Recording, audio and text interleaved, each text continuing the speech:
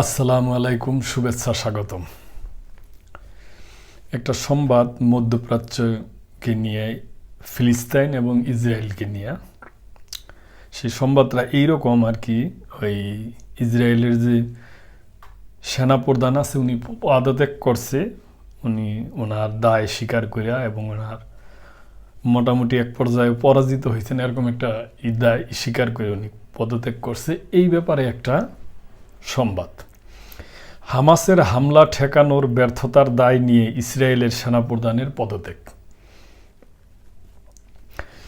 ইসরায়েলের সামরিক বাহিনীর প্রধান লেফটেন্যান্ট জেনারেল হেরজি হালেভি পদত্যাগ করছেন।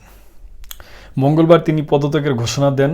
2023 সালের 7 অক্টোবরের ইসরায়েলি ফিলিস্তিনি স্বাধীনতাকামী সংগঠন হামাসের হামলা ঠেকাতে না পারার ব্যর্থতায় দায় নিয়ে পদত্যাগের ঘোষণা দেন হালভি।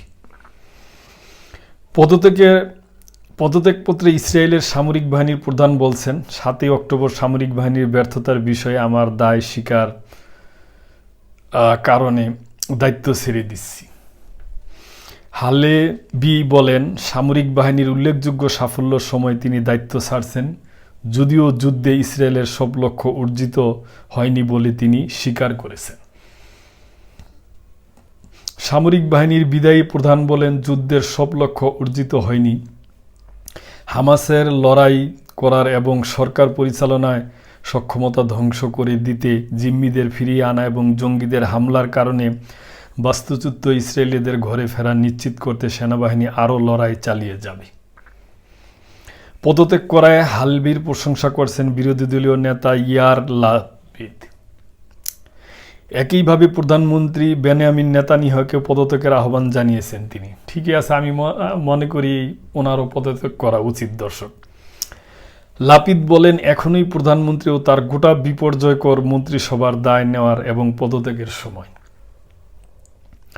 ইসরায়েলের সামরিক বাহিনীর সাউদার্ন কমান্ডের প্রধান মেজর জেনারেল ইয়ারন ফিনকেলামেনও পদত্যাগ করছেন।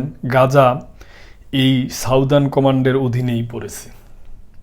এমন সময় ইসরায়েলের সামরিক বাহিনীর শীর্ষস্থানীয় 2 কর্মকর্তা পদত্যাগ করলেন, যখন গাজায় 15 মাস ধরে চলা যুদ্ধ গত রোববার যুদ্ধবিরতির মাধ্যমে বন্ধ হয়েছে। 2023 সালের 7 অক্টোবর হামাসের নেতৃত্বে কয়েক হাজার ফিলিস্তিনি যোদ্ধা গাজা থেকে ইসরায়েলের দক্ষিণাঞ্চলে ঢুকে হামলা চালায়। এতে 1210 জন নিহত হন। গাজায় বন্দি করে নিয়ে আসা হয় 251 জনকে। ওই দিন থেকেই গাজায় নির্বিচার হামলা শুরু করে ইসরায়েল।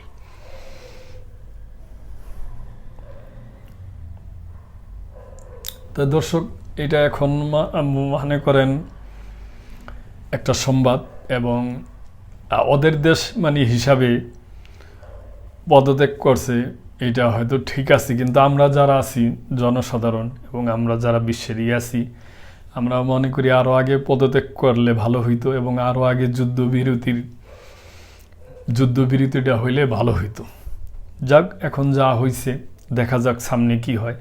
আমরা আশা করব যে এই যুদ্ধ বিরতি দীর্ঘস্থায়ী হবে এবং দ্বিরাষ্ট্র বিষয়ে একটি সমাধান হইব আর কি, এটা আমরা আশা করি। তো দর্শক, আজকে এই পর্যন্তই। ভালো থাকবেন, সাবস্ক্রাইব করে চ্যানেলটির পাশে থাকবেন। আসসালামু আলাইকুম।